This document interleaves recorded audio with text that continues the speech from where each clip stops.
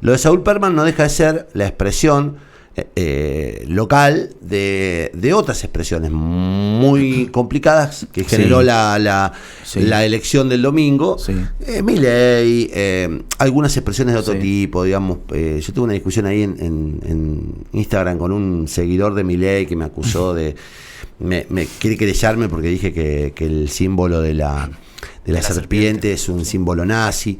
Y yo de algún modo estoy teniendo yo dije que era un símbolo nazi y él me dice que no, que es un símbolo de la libertad, bla, bla. Bueno, digo, de verdad hay como una instalación, un status quo de un sector de personas, no quiero ofender, pero digo, de verdad están viviendo una realidad paralela y están observando peligros en la sociedad que uno no los observa.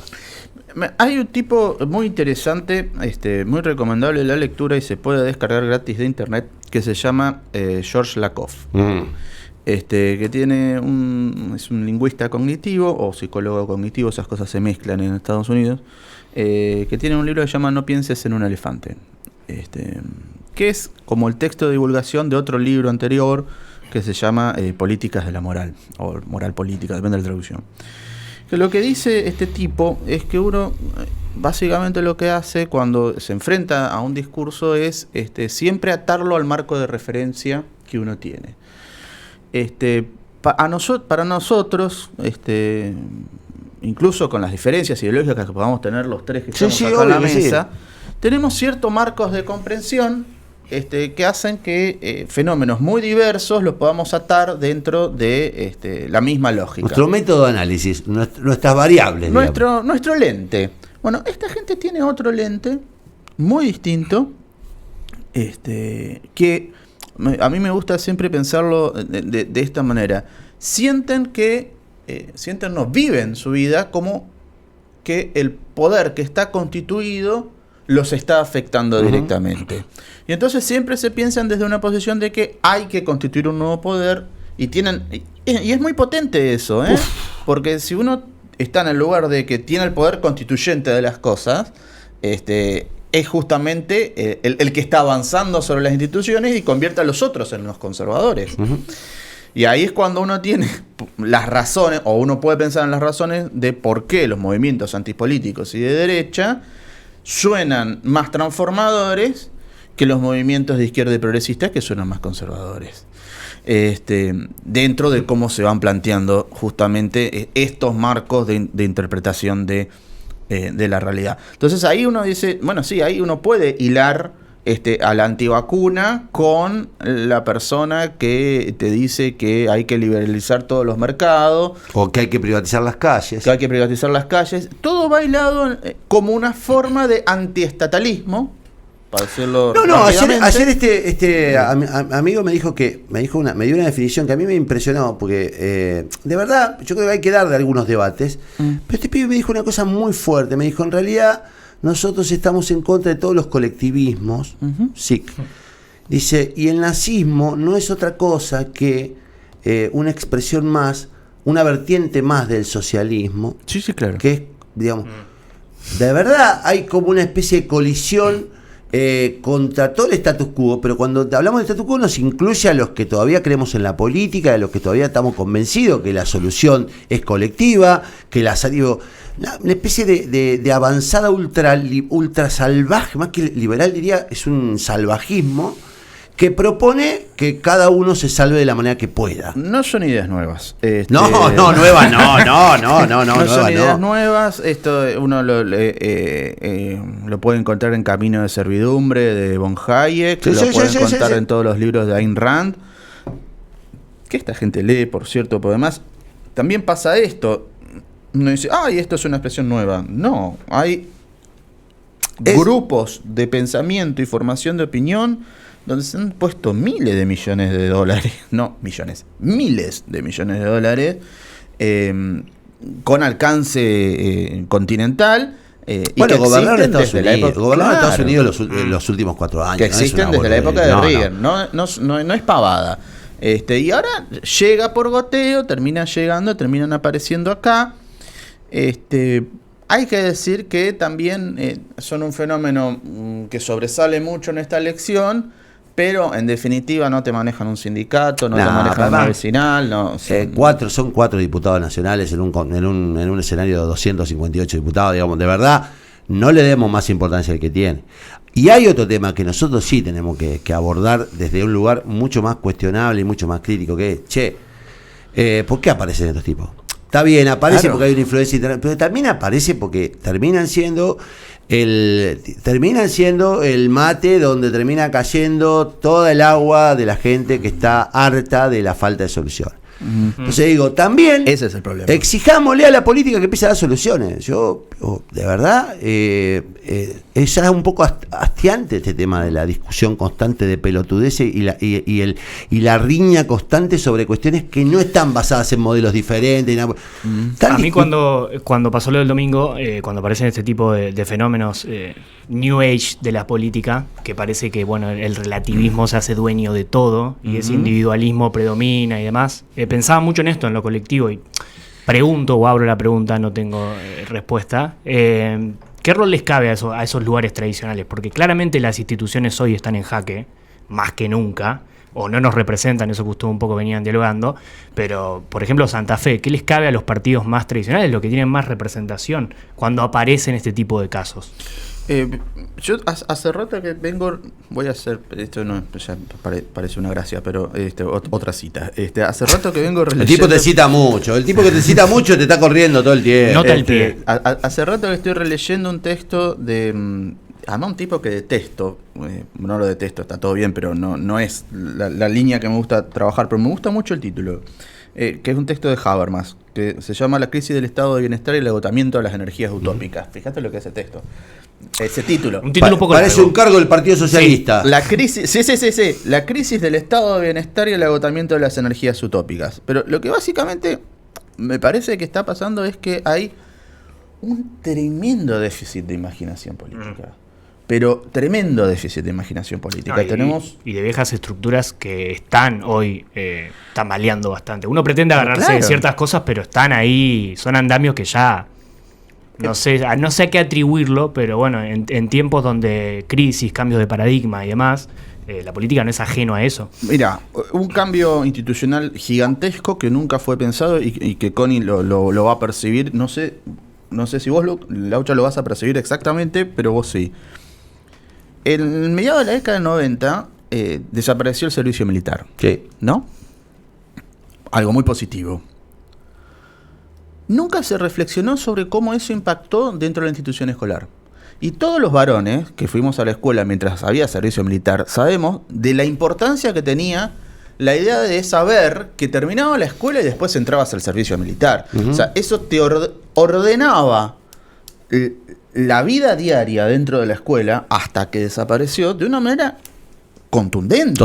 Totalmente te ordenaba. O sea, vos sabías que tenías que tener determinadas formas de disciplina porque después te iba a agarrar un sargento. Sí. Eso no está más. Y yo no sé si los sorteos, las celebraciones por haberte salvado, la angustia por haber ido, digamos. Todos los rituales alrededor de eso, el comportamiento del profesor de educación física. En la colima la vas a pasar peor. Que simulaba ser un cabo. Todo el sistema de disciplina al interior de la escuela tenía ese horizonte atrás. Ese horizonte desapareció. ¿Hay alguna reflexión sobre qué significó eso? No. ¿Hay alguna institución nueva que haya creado la política? Gran institución, digamos. La política nuestra inventó para sí misma, inventó la escuela, inventó el servicio militar, inventó la salud pública, inventó un montón de instituciones que vos decís, durante el siglo XX eso conformó una forma social X. Sí, en el XXI, ¿qué? ¿En el XXI qué? ¿Qué? Aparte de ¿dónde contenés? ¿Dónde es que le transferís valores y compromiso con lo público? ¿Dónde construís comunidad? Claro. ¿Dónde construís comunidad? A mí siempre uso la inundación como una marca muy fácil muy rápida para poder observar el nivel de fragmentación social en el que estamos viviendo, que ahí se reveló y que antes existía y que después siguió existiendo en nuestra ciudad y en cualquier ciudad del país. En la inundación de Santa Fe hubo, trepito y flauta, 150.000 personas inundadas.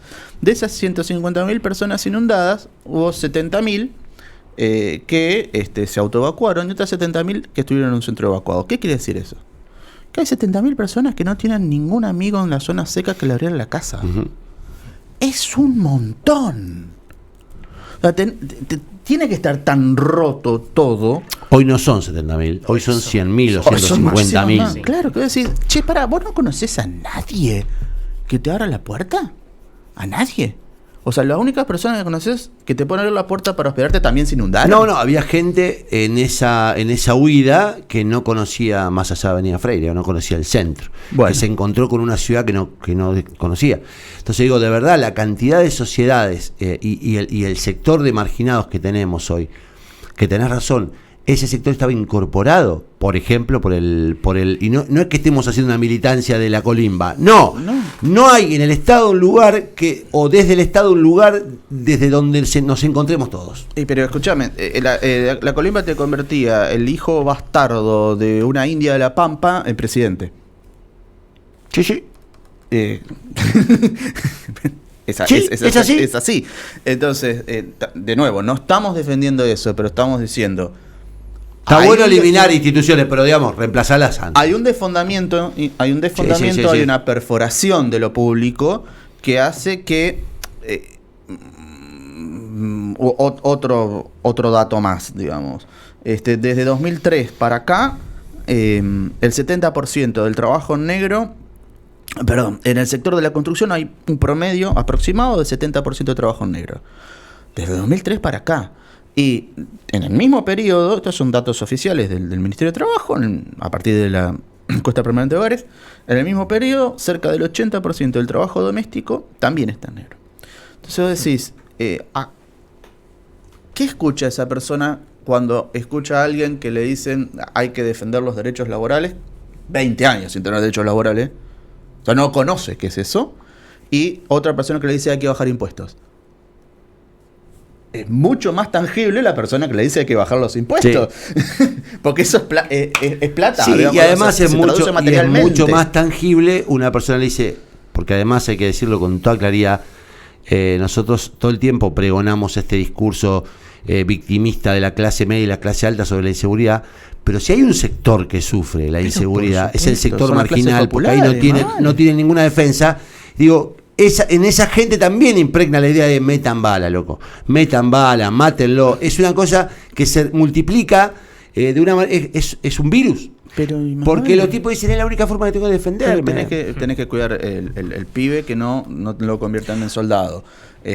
No tenés las mismas. O sea, en un barrio de clase media vivís adentro de un edificio de departamento. Ya está.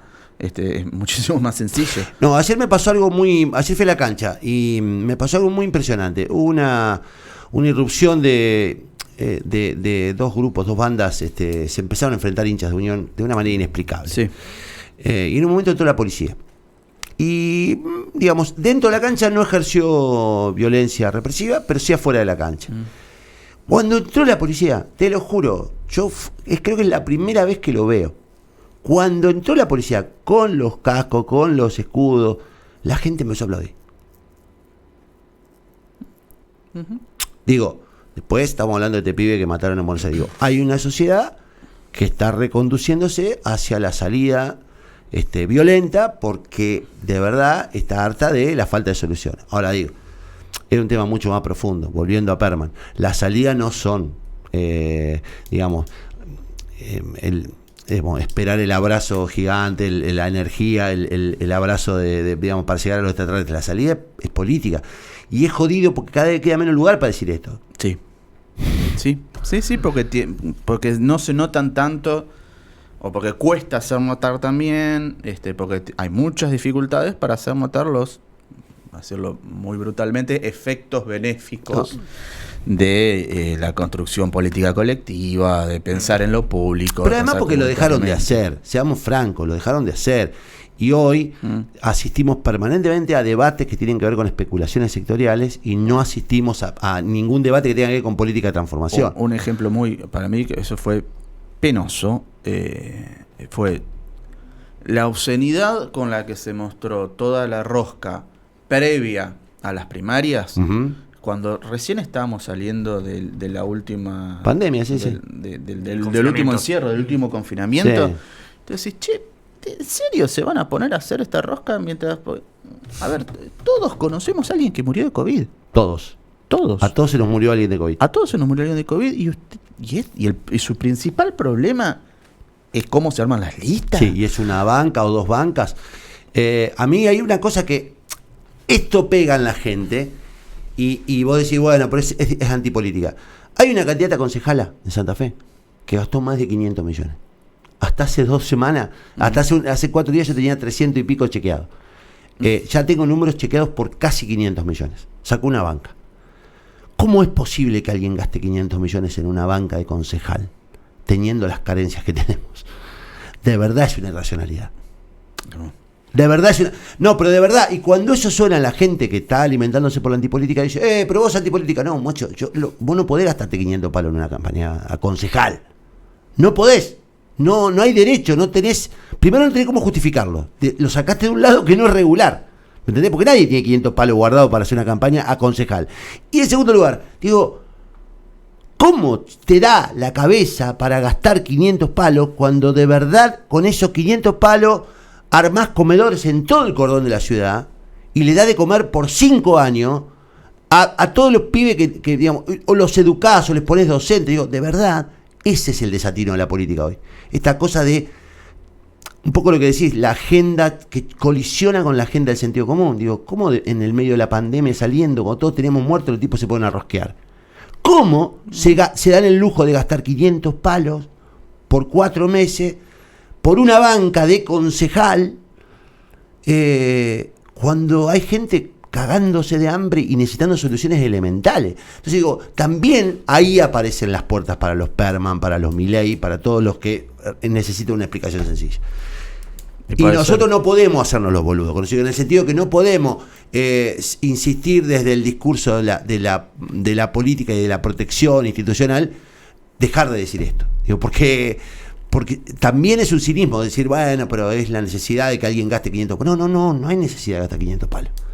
Porque Perman te demostró que no hay necesidad de gastar 500 palos. Para ser concejal, con recorrer la ciudad y tener un vínculo más o menos cercano, digo, te alcanza para ser concejal. Ahora, el problema es que detrás de todo esto hay como una especie de desaprensión por el otro, ¿viste? Y es muy complicado salir de esta, porque la gente común creo que la principal preocupación es esa, digamos. ¿Cómo podemos? Porque para poder salir de esto es que eso también es otra reducción que en algún momento hay que salir muy rápidamente. Esto no es un problema de que la gente no entienda bien las cosas que pasan, no es un problema de discurso. No es un problema de discurso ni es un problema de racionalidad. La creación o el sostenimiento de un sujeto político va muchísimo más allá de eso. Requiere de... No es partidismo, además, no tiene que ver con la... No, tiene que ver con otras cosas, tiene que ver con sostener la democracia. Y eso es muchísimo más que convencer a la gente. Hay cosas, hay políticas públicas y prácticas políticas que logran, por ejemplo, ha logrado muchísimo más por la independencia de la mujer, digamos, o por la liberación de la mujer, el orden patriarcal asesino en el que estamos viviendo. Quizás una de las principales medidas ha sido la moratoria de jubilación. Uh-huh. Y eso demoró mucho tiempo en lograr ser simbolizado. Es decir, poder entrar dentro del discurso lo que implicó eso. La moratoria jubilatoria hace que, bueno, de golpe decís, che, pará, la mayor parte de la gente que entró en la moratoria fueron mujeres. ¿Y qué hicieron esas mujeres? Se divorciaron. Tuvieron plata para divorciarse. Porque antes no se podían divorciar porque quedaban en la calle. Eran totalmente dependientes en sus ingresos. Entonces, sí, esto... Y incluso para muchas de esas mujeres todavía quizás no está simbolizada la importancia de esa moratoria. No. Pero bueno, ahora la reflexión, digamos, académica pudo ponerle un nombre a eso y decir, mira, pasó este proceso. Bueno, eso hace mucho más que 2.500 discursos sobre ese tema. Es esa medida la que produce eso. Y bueno, son esas medidas, es esa imaginación la que no está. Che, está bueno, Juan, pero no podemos seguir hablando. Pasó un montón de tiempo y yo me quedé enganchado con muchas de las cosas. Te invito a que volvamos a charlar, porque me gustaría también hablar sobre el agotamiento del relato. No del relato kirchnerista, del agotamiento del relato político sobre la realidad. Digamos, el divorcio que hay entre la realidad, las preocupaciones generales y el relato. ¿Viste? Vos que sos un tipo que de la academia, esta cosa de escuchar hablar o buscar explicaciones sobre, para pasarlo limpio, sobre libros de los 60 y los 70, es una realidad que es mucho más compleja. De verdad, digo, ¿cómo hacemos entender a los dirigentes que hay que ser más complejo y hay que ser más fino, más sofisticado en el abordaje de todo esto? Que la academia de algún modo de ahí ayuda, hay que ser más sofisticado, porque en la medida en que busquemos soluciones brutales a problemas mucho más sofisticados, no nos vamos a encontrar con ninguna solución. Digo, es un tema interesante. Hace no mucho tiempo te dije, che, Juan, me gustaría que vengas a hablar a Red. Me dijiste, no, yo no sirvo para radio. Hoy me quedó claro que sí servís. Así que te voy a hinchar un poco más las pelotas para que vengas. Está bien, todo bien. Juan, gracias, de verdad estuvo bueno charlar con vos.